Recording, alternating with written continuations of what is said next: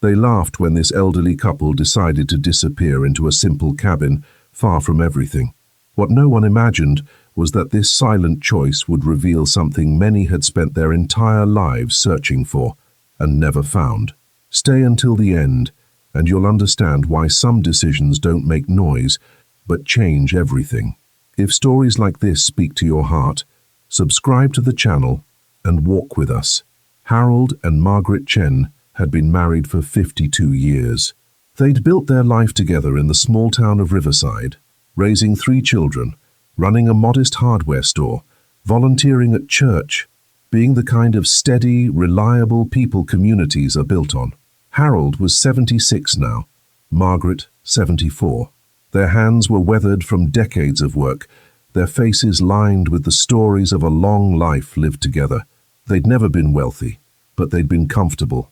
They'd never been famous, but they'd been respected. They'd lived simply, loved deeply, and expected to finish their days the same way, quietly in the town they'd called home for half a century. That's not what happened. The trouble started small, the way trouble often does. The hardware store they'd owned for 40 years couldn't compete with the big box retailers that had opened on the highway. Sales declined gradually, then sharply. They held on as long as they could, dipping into savings, taking out loans. But eventually there was no money left. They had to close, sell the building, pay the debts. When the dust settled, Harold and Margaret had lost almost everything they'd spent a lifetime building. The house was mortgaged beyond what they could pay. Their retirement savings were gone.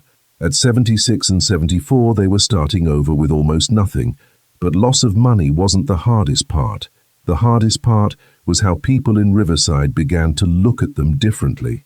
How conversations would stop when they entered a room. How former customers would cross the street to avoid talking to them. How their failure became whispered gossip at coffee shops and church socials. They'd gone from being pillars of the community to objects of pity and judgment. And somehow pity felt worse than indifference. Their 3 children lived in different states now, absorbed in their own busy lives with careers and families. They called occasionally, offered help that came with conditions and lectures about better financial planning and knowing when to retire. The message was clear. Their parents' failure embarrassed them. Harold and Margaret tried to maintain dignity. They sold what remained of their possessions. They downsized to a small rental apartment. Harold took a part-time job at the very store that had helped put him out of business, wearing a blue vest with a name tag, stocking shelves he'd once owned. Margaret worked at the library, reshelving books, invisible to most patrons. They were surviving, but something fundamental had changed. The life they'd known was over, and the new life felt like an ending rather than a beginning. On quiet evenings in their small apartment, they'd sit together as they always had, but now the silence felt heavier. 52 years of marriage had taught them to communicate without words, and what they were both thinking was clear. Is this all there is? Is this how it ends? Not with celebration or peace, but with embarrassment and diminishment, becoming smaller and smaller until they disappeared completely. The whispers in Riverside weren't loud, but they were constant. At the grocery store, Harold would see former friends pretend not to notice him. At church, Margaret felt the pitying glances, the carefully polite distance people maintained. They'd become cautionary tales, examples of what not to do, how not to age. One afternoon at the hardware superstore where Harold worked, his supervisor, a man 30 years younger, spoke to him with the kind of exaggerated patience people use with children or those they consider incompetent. "Harold, I've told you 3 times how to use the new inventory system. Are you having trouble keeping up? Maybe this job is too much for someone your age." Harold had been running inventory systems since before this supervisor was born, but he nodded, apologized, and tried harder to understand the unnecessarily complicated computer program that had replaced simple, effective methods. At the library, Margaret overheard 2 women talking in the next aisle. "Did you hear about the Chens? Lost everything at their age. You'd think they'd have been smarter. I heard their kids won't even help them. Says something, doesn't it?" "Well, you reap what you sow." Margaret stood frozen, books in hand, feeling the judgment settle over her like a heavy blanket. What had they sown that deserved this? They'd worked hard, been honest, treated people fairly. Was failure at 74 somehow more shameful than failure at 40? Did losing everything negate 50 years of steady contribution to this community? The breaking point came at church, the one place they'd hoped would remain a refuge. They'd been attending Riverside Community Church for 47 years.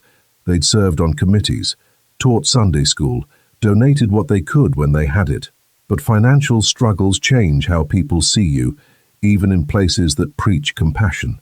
After the service one Sunday, the pastor approached them with what he probably thought was kindness. "Harold, Margaret, I wanted to talk to you about your pledge.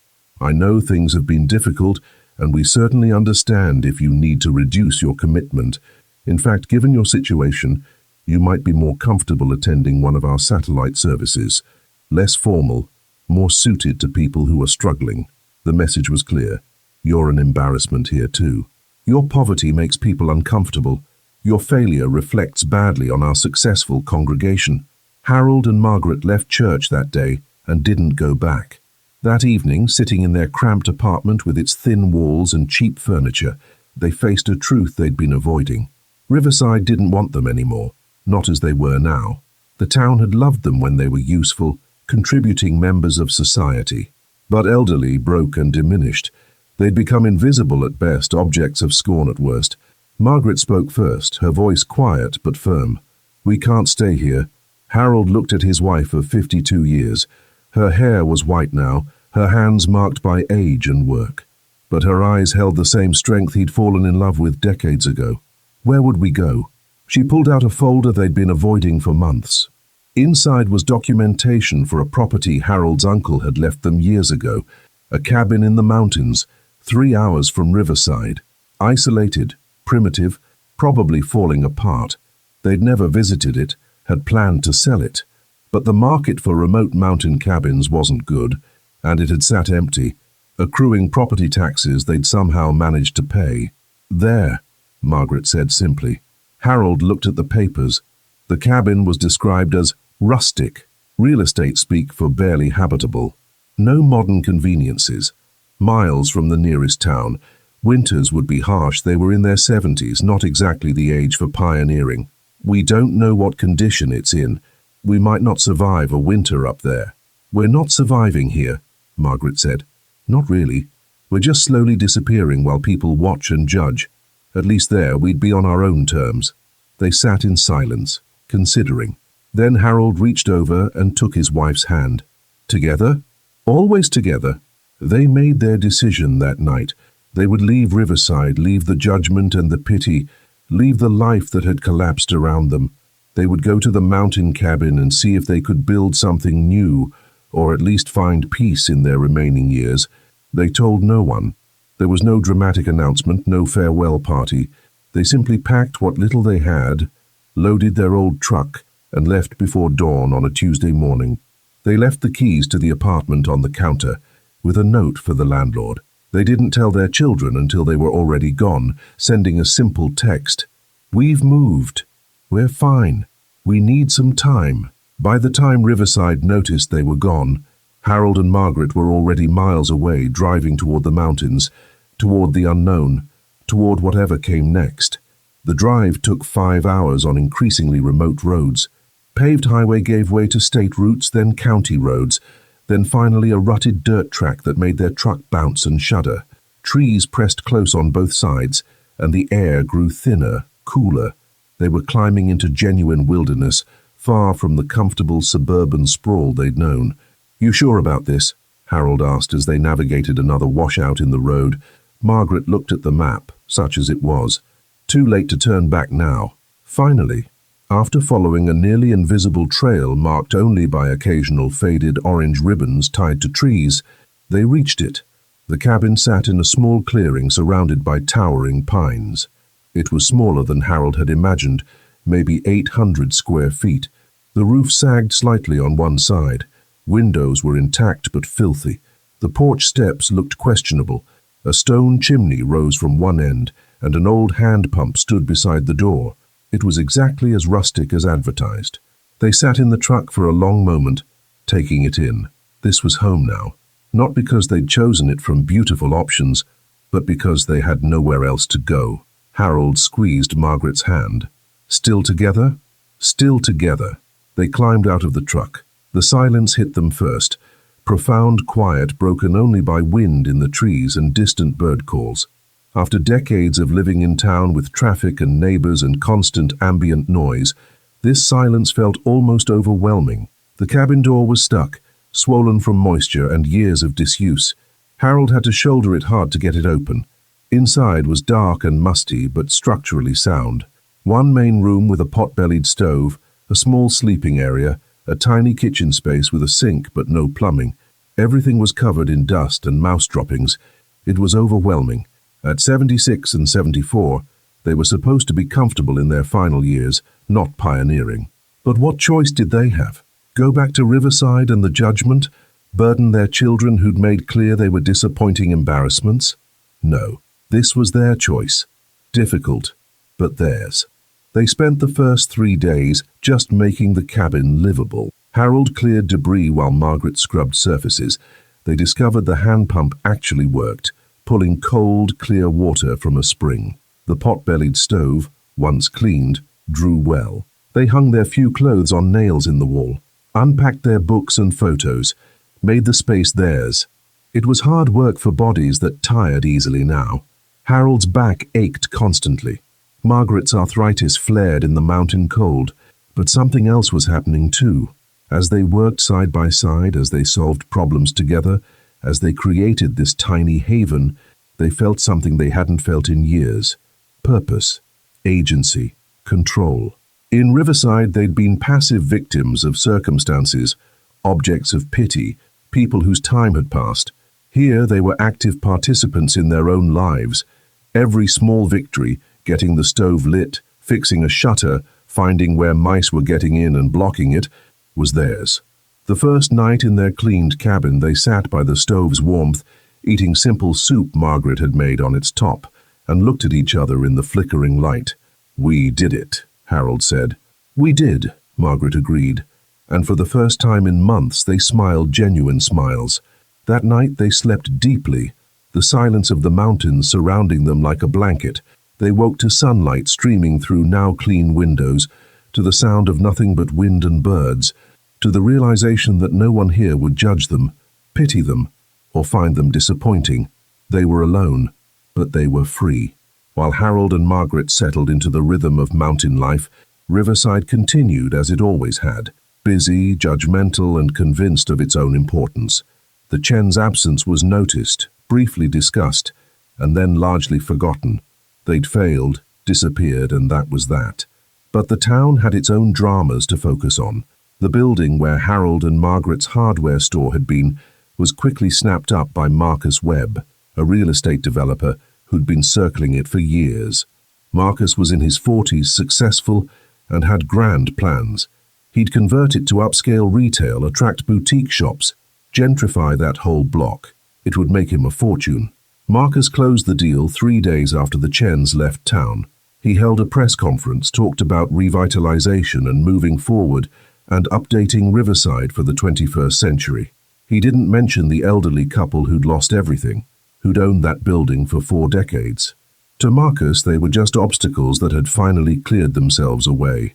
The pastor at Riverside Community Church, Pastor David, had felt slightly guilty about encouraging the Chens to attend elsewhere, but he reassured himself he'd been practical, not cruel. The church needed successful members to fund its programs.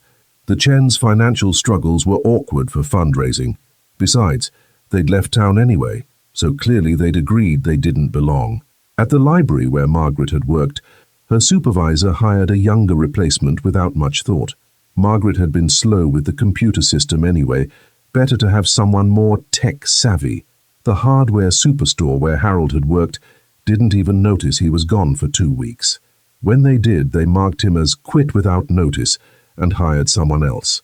No exit interview. No thank you for your service. He was just another employee ID number, easily replaced. But here's what Riverside didn't know. Harold and Margaret were discovering something precious in their mountain exile. They were finding peace. Life in the cabin was simple. They rose with the sun, worked during the day, rested at night.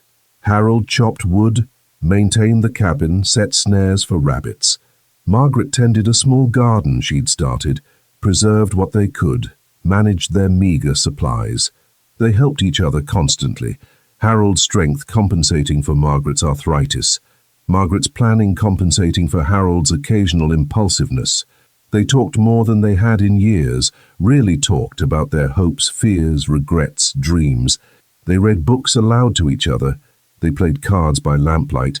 They remembered who they'd been before the store consumed them, before they became just cogs in Riverside's machine. One evening, about 2 months into their mountain life, they sat on their now-repaired porch watching the sunset paint the sky in impossible colors. "Are you happy?" Margaret asked. Harold thought about it honestly. "I'm not sure happy is the right word, but I'm at peace. For the first time in years, I don't feel judged. I don't feel like a failure. I just feel like me." Margaret nodded. "I feel free. Even in that tiny apartment in Riverside, I felt trapped. Here, even though we have less, I feel like we have more." "More what?" "More life." They sat in comfortable silence, the kind of silence only 52 years together makes possible. Back in Riverside, the town continued its busy life, unaware that the couple they dismissed had found something more valuable than anything the town offered. Meanwhile, something else was happening. Marcus Webb's renovations on the old hardware store building hit problems. The structure was older than he'd realized, with foundation issues his inspectors had missed, code violations that would cost a fortune to fix. The project was hemorrhaging money. Pastor David's church faced a different crisis. 3 major donors left after being asked to contribute even more to the ambitious building campaign. They felt pressured, judged, treated as ATMs rather than people. Attendance started dropping. The library where Margaret had worked discovered her replacement had been inflating volunteer hours, taking extended breaks, and was generally difficult. The board realized they'd lost a reliable, honest worker and replaced her with someone who looked good on paper but lacked integrity. Small consequences, maybe, but they were accumulating. The town that had judged Harold and Margaret so harshly was slowly discovering that success and moral superiority were harder to maintain than they'd thought. By month 3 in the mountains, Harold and Margaret had found their rhythm. They'd learned which plants were edible, where fish gathered in the nearby stream, how to predict weather by reading the sky. They'd repaired the cabin, made it comfortable, even cozy. Harold had built a small addition for storage. Margaret had established a root cellar. They were preparing for winter, which everyone said would be brutal at this elevation, but they were also thriving in unexpected ways. The constant physical work kept them strong. The simple food, the clean air, the steady routine had improved their health. Harold's blood pressure, which had been dangerously high in Riverside, had normalized. Margaret's arthritis, while still present, bothered her less. They were sleeping better, eating better, living better. One afternoon, Harold was checking their snares when he encountered another person for the first time since they'd arrived.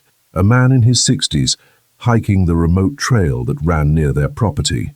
"Didn't expect to see anyone out here," the man said, friendly enough. "Not many people come this way." "We live here," Harold said, gesturing toward the cabin barely visible through trees. "Year-round?" "Planning on it." The man who introduced himself as Tom was impressed. "That takes guts at our age. I'm just here for 2 weeks of backpacking and I'm barely managing." They talked for a few minutes. Tom was a retired teacher, hiking to process his wife's recent passing. He'd been married 43 years and now he was lost. "The world doesn't know what to do with old men who are grieving," Tom said. "Everyone wants me to move on, get over it, start dating. They don't understand that grief is how I honor her." Harold understood. People want you to fit their timeline, their expectations. They don't make room for people who take a different path. "Is that why you're here?" "Partly. We just wanted to live on our own terms for whatever time we have left." Tom nodded. "I envy that. And your wife? She's here with you?" 52 years together. She's tougher than I am." They parted as friends, and Tom continued his hike. But something about the encounter stayed with Harold. He realized he hadn't felt judged in that conversation. Just seen. Just human. When he told Margaret about it that evening, she smiled. People are kinder when they're not worried about status. Tom didn't care about your bank account or your past failures. He just saw another person living authentically. Meanwhile, 90 miles away in Riverside, cracks were showing. Marcus Webb's building renovation had become a disaster. The foundation issues were worse than anyone had imagined. The project was months behind schedule, hundreds of thousands over budget. His investors were getting nervous. His reputation was suffering. He'd been so eager to snatch up the Chen's building, seeing only opportunity, not bothering to do proper due diligence. Now it was destroying him. Pastor David's church was hemorrhaging members. People who'd attended for years were leaving, quietly but steadily. They cited feeling judged, pressured, treated as wallets rather than souls. The church board was asking hard questions about leadership. The library's new employee had been caught stealing, small amounts, but theft nonetheless. The supervisor, who'd been so eager to replace Margaret with someone more modern, now faced an investigation and questions about her judgment. And the hardware superstore where Harold had worked. They'd had 3 employees quit in rapid succession, all citing the toxic work environment, the way older workers were denigrated, the assumption that youth meant competence and age meant incompetence. These weren't dramatic collapses. No one was connecting these various problems to the way Riverside had treated Harold and Margaret, but the consequences were real nonetheless.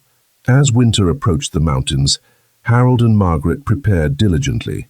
They'd stockpiled wood, preserved food, insulated the cabin as best they could. They knew the next few months would be their greatest test. On the first day of serious snow, they woke to a world transformed. 3 feet had fallen overnight and more was coming. They were truly isolated now, cut off from any help, dependent entirely on themselves and their preparation. They should have been terrified. Instead, sitting by their stove's warmth, watching snow fall outside their window, they felt grateful. "We made it," Margaret said. "We really made it." Harold nodded. Not just survived, but actually built something meaningful. At 76 and 74, they'd started over and succeeded on their own terms. The winter was hard, but Harold and Margaret faced it together. The cabin stayed warm from their careful rationing of wood. Their preserved foods lasted. They played cards, read books, talked for hours, rediscovered each other in ways they'd forgotten were possible. On the worst days, when snow buried everything and wind howled, they'd sit close by the stove and remember their youth, the early years when they had nothing but each other, and somehow that had been enough. In February, the worst month, Harold developed a concerning cough. For 3 days, Margaret worried it might become something serious. They were miles from help, and at his age pneumonia could be deadly. But Margaret had learned about herbal remedies from an old book they'd found in the cabin. She made teas from pine needles, kept him warm, monitored his fever, and slowly, remarkably, he improved. "You saved my life," Harold said when he was well enough to sit up. "We saved each other," Margaret corrected, "like we've been doing for 52 years. One morning in March they woke to silence. The particular silence that means snow has stopped and spring might be coming. Harold opened the door to find the world glittering with melt, icicles dripping, the sound of water running everywhere. They'd survived. At their age, with nothing but each other and their determination, they'd made it through a mountain winter. That afternoon, as they sat on the porch in unprecedented warmth, they heard an unexpected sound, an engine. A truck was making its way up the trail, probably the first vehicle in months. It stopped at their cabin, and out stepped Tom, the hiker Harold had met in autumn. "Just checking if you folks made it through," Tom said, climbing up to the porch. "Lots of people bet you wouldn't." "We made it," Harold said with quiet pride. Tom looked at them, healthier than when he'd met them, vibrant even, clearly thriving. "You look better than most people I know in town. What's your secret?" Margaret laughed. "Hard work, simple living, and not caring what anyone thinks of us." Tom stayed for coffee and they talked for hours. He'd finished his grieving hike, made some decisions about his life. He'd sold his house in the city, was looking for a place in the mountains. "You two inspired me," he admitted. "Watching you choose this life at your age, not caring about convention. It made me realize I'd been living for everyone else's expectations.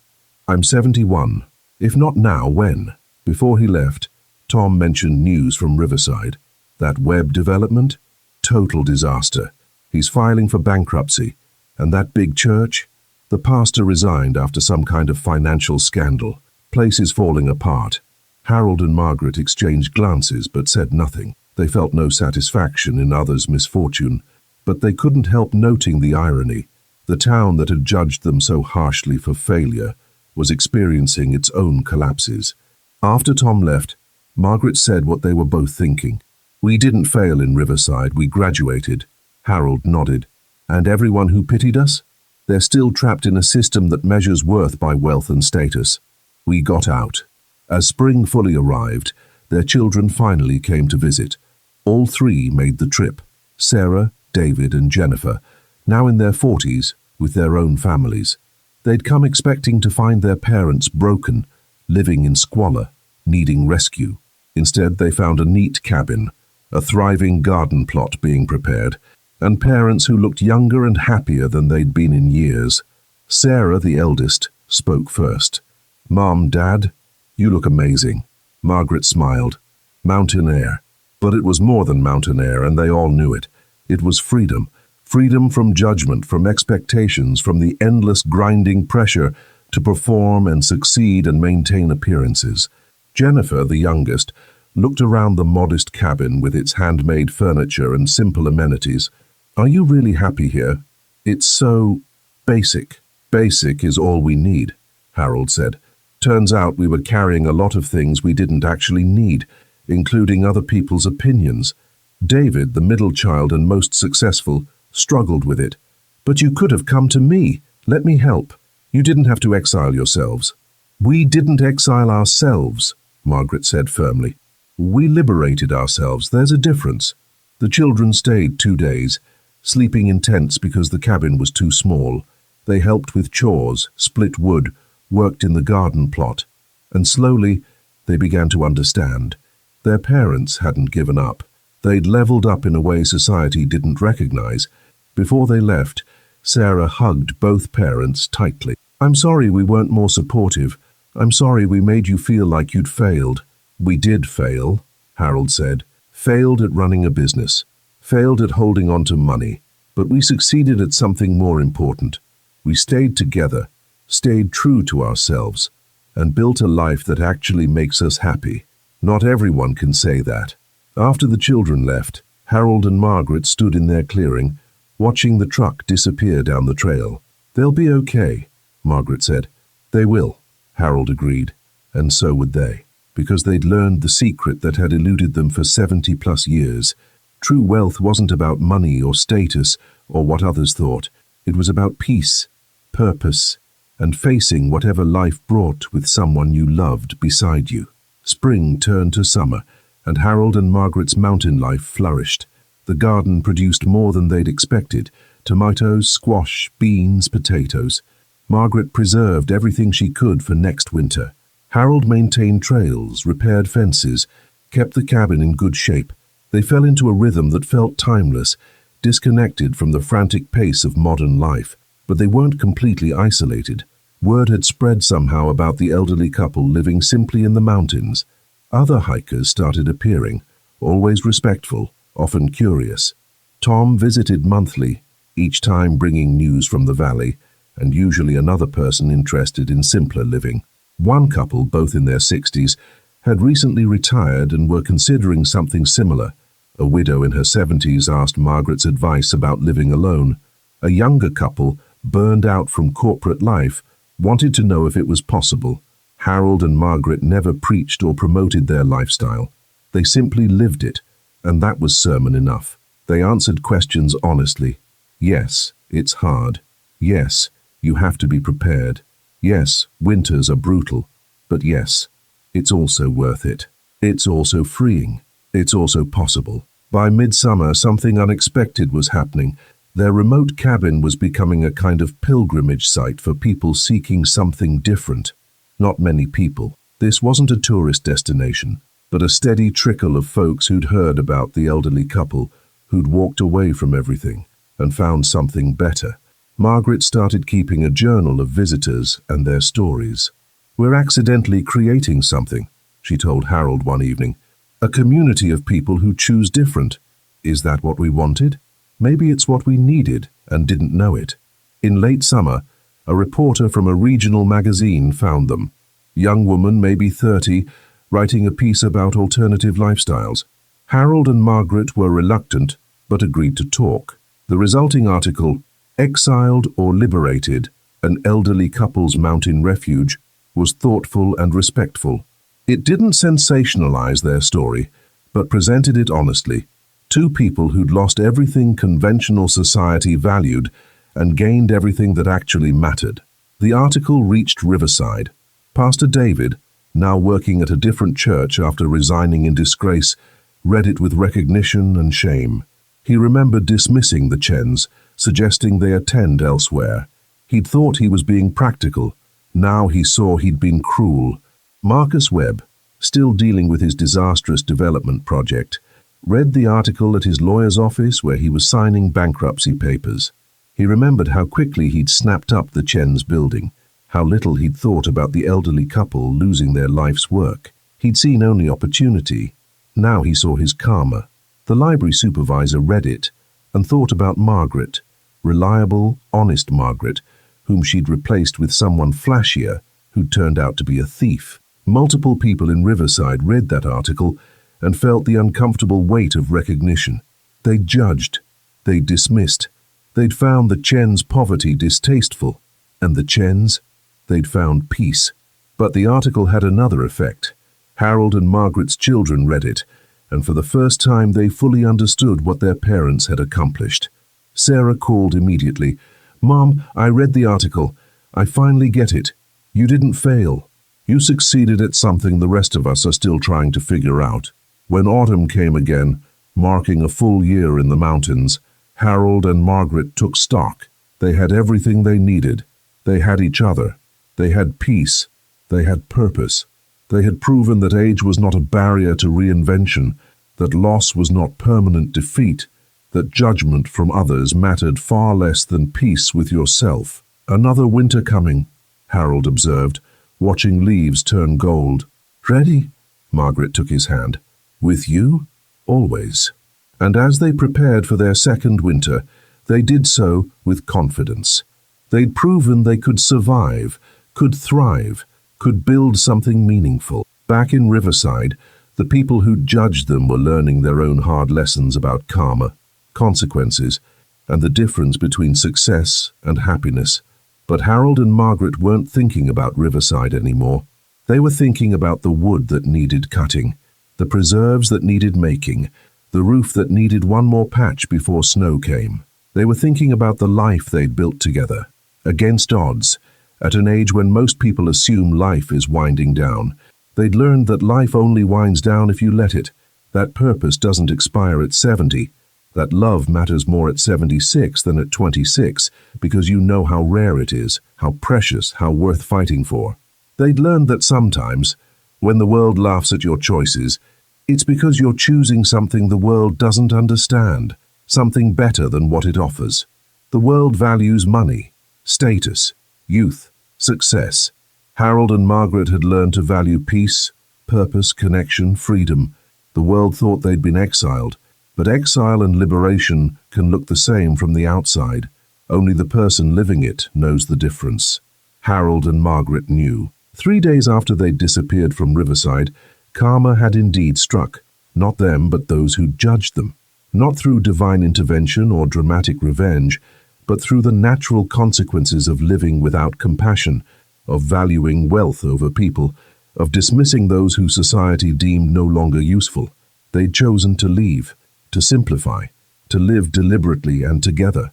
That choice, which everyone had laughed at, had saved them.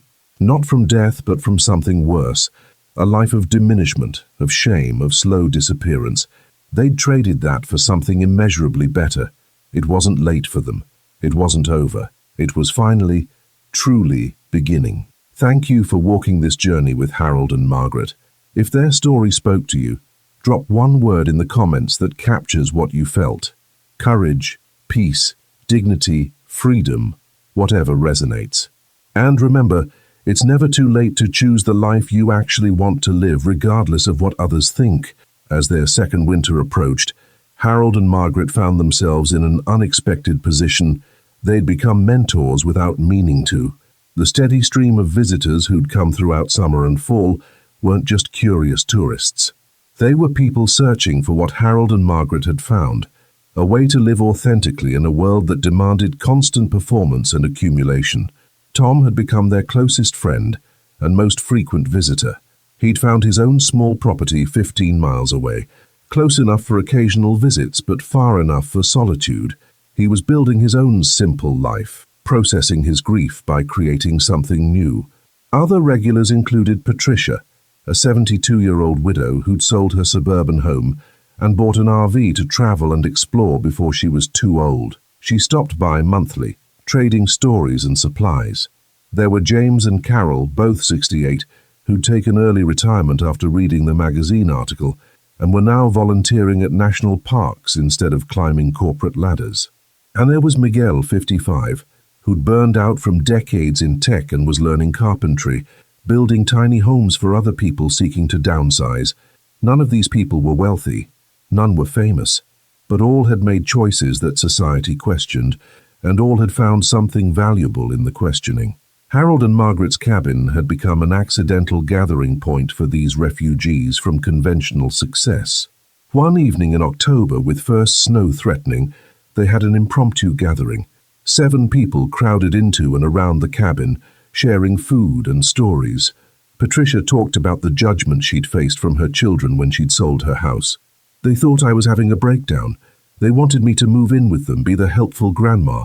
They couldn't understand that I had dreams still, places I wanted to see, things I wanted to do before I couldn't anymore. James nodded. Our financial advisor said we were insane to retire early, said we'd regret it, run out of money, be a burden on our kids. But every morning I wake up next to Carol in a national park, and I think, this is what wealth actually looks like. Miguel, younger than the others, added his perspective. I was making $200,000 a year, had the house, the cars, the status, and I was miserable. My therapist kept adjusting my medications. My doctor warned about stress and blood pressure. I was dying of success. Walking away from that felt like failure to everyone who knew me, but it saved my life. Harold listened to these stories and recognized echoes of his and Margaret's journey. The specifics were different, but the core was the same. People choosing authenticity over approval, peace over prestige, meaning over money. You know what Riverside taught us? Margaret said to the group. They taught us that society's love is conditional. They loved us when we were useful, contributing, successful. The moment we weren't, we became invisible. That was the gift, actually. Being invisible meant we were finally free to be ourselves. As the gathering dispersed and people headed back to their various homes and adventures, Harold and Margaret sat by their fire, feeling something they hadn't expected to feel at this stage of life. They felt useful. Not in the way Riverside had needed them to be useful, productive, earning, contributing to the economy, but useful in a deeper way. They were living proof that you could start over, that age was not a cage, that loss could lead to liberation.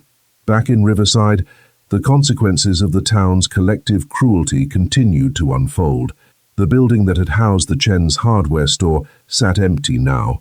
Marcus Webb's failed development, a skeleton of ambition and greed. The church had split, with half the congregation leaving to start a new community, focused on actual compassion rather than appearances.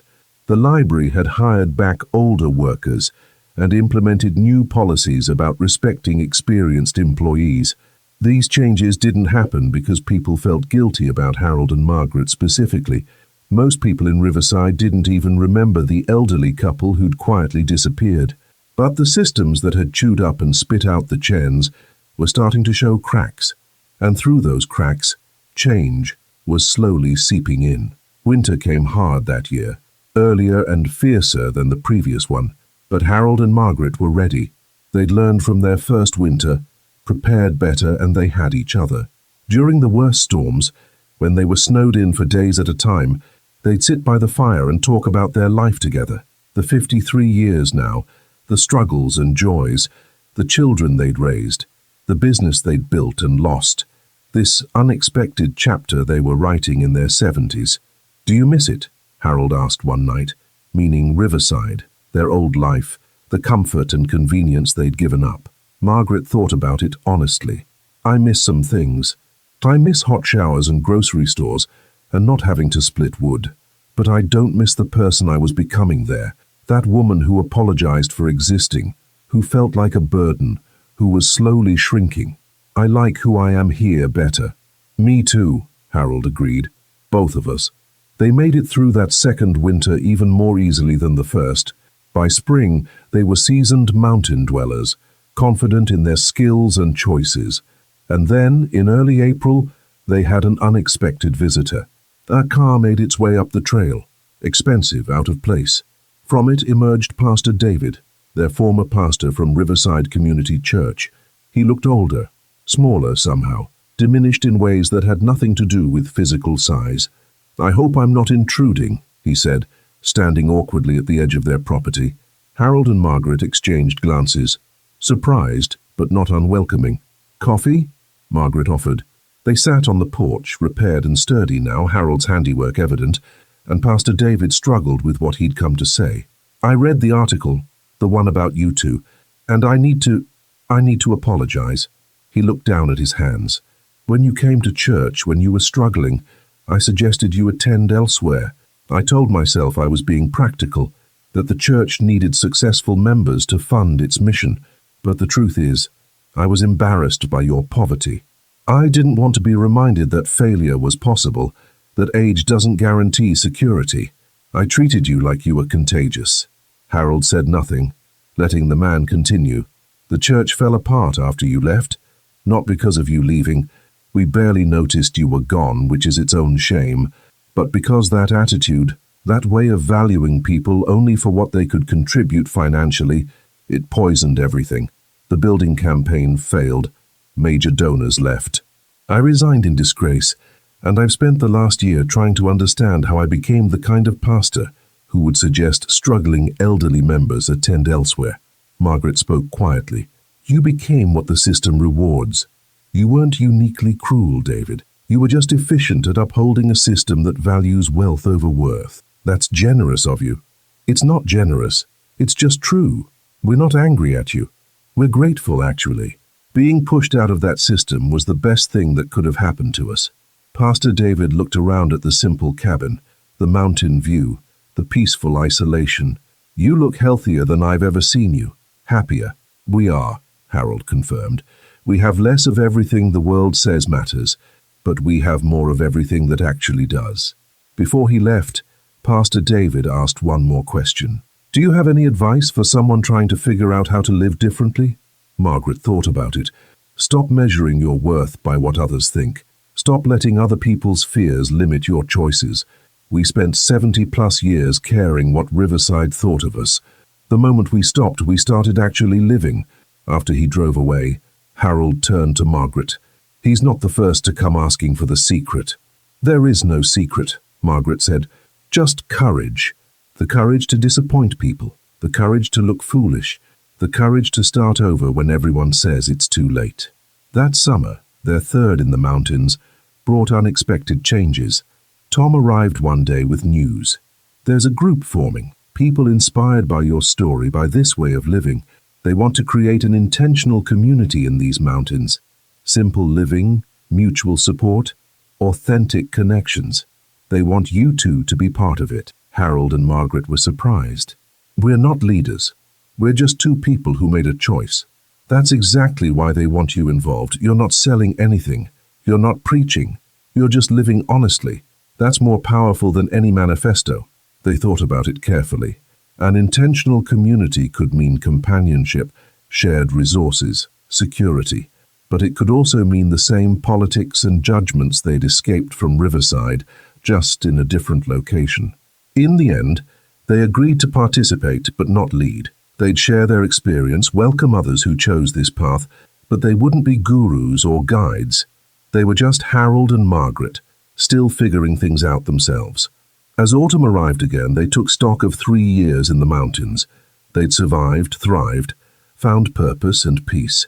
They'd proven to themselves and accidentally to others that age was not a barrier to reinvention, that loss was not permanent defeat, that choosing differently was possible even in your 70s.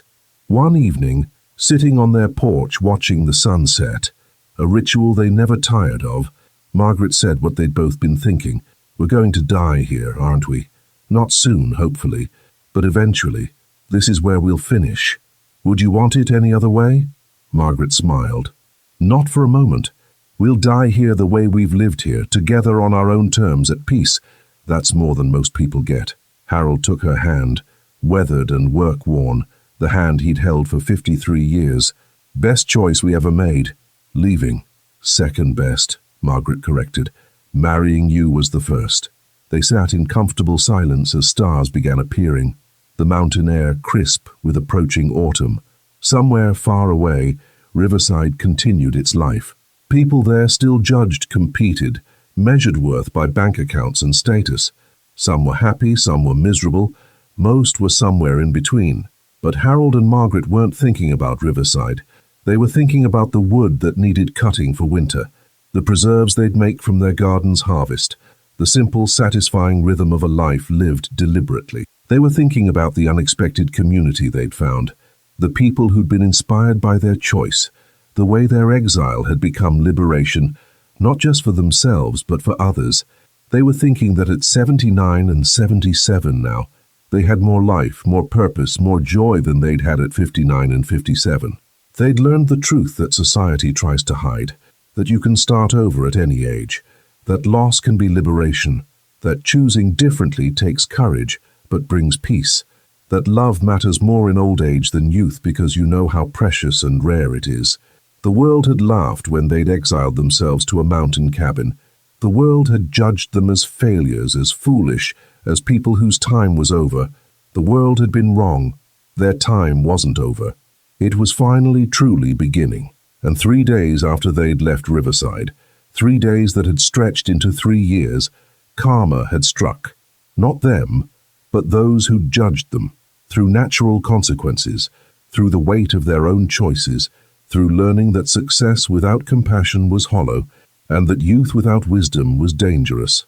Harold and Margaret had found what many spend entire lives seeking and never find: peace with themselves, purpose in simplicity, and the courage to live authentically, regardless of what anyone else thought. That was their victory, not over Riverside, but over fear, not over others, but over the voices inside themselves that said it was too late, they were too old, they should accept diminishment gracefully. They'd refused. They'd chosen differently. And in choosing differently, they'd proven something essential, that it's never too late, that you're never too old, that exile can be liberation, and that sometimes the best response to a world that doesn't value you is to build your own world where you define value yourself. As winter approached again, Harold and Margaret prepared with confidence. Another season, another chapter, another year of life, lived deliberately and together. The world might still be laughing somewhere, but they couldn't hear it over the sound of wind in pines, water in streams, and their own contented hearts. They'd made their choice, they'd lived their truth, and they'd never been happier. Their fourth winter arrived with the confidence of seasoned mountain dwellers. Harold, now 80, moved a bit slower but still split wood daily.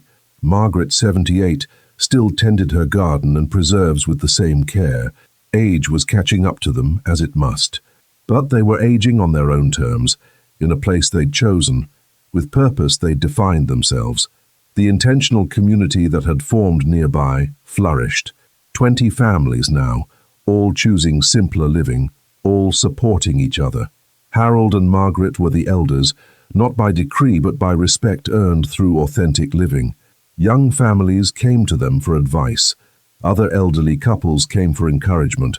They gave both freely, always emphasizing, "There's no single right way, only your way." One snowy evening, their 3 children visited together for the first time since they'd moved to the mountains. Sarah, David, and Jennifer, all now in their late 40s, arrived with grandchildren in tow. The cabin was too small for everyone, so they set up heated tents and made it an adventure. Around the fire that night, Jennifer spoke what they'd all been thinking. "We didn't understand when you first came here. We thought you'd given up. But you hadn't given up, you'd woken up, you taught us that.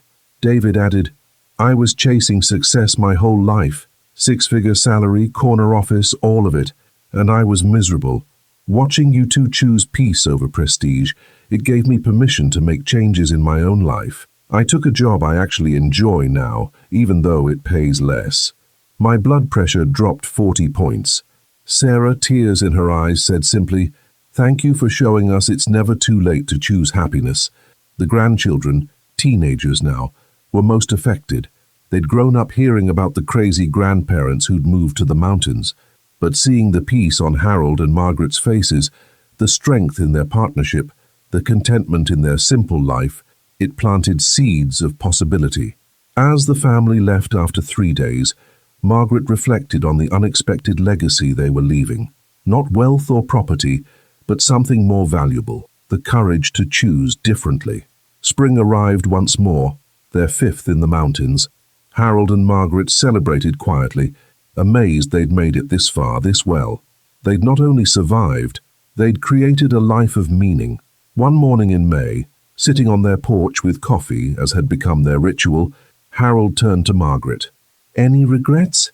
She thought about it honestly, as she always did. I regret we didn't do this sooner. I regret we wasted so many years caring what Riverside thought. But I'm grateful we did it at all, even in our 70s. Better late than never. Much better, Harold agreed. They sat in companionable silence, watching morning light paint the mountains gold. Somewhere far away, the world rushed on, people chasing success, accumulating possessions, measuring worth by bank balances. Let them. Harold and Margaret had found something better, peace with themselves, purpose in simplicity, and the courage to live authentically regardless of what anyone else thought.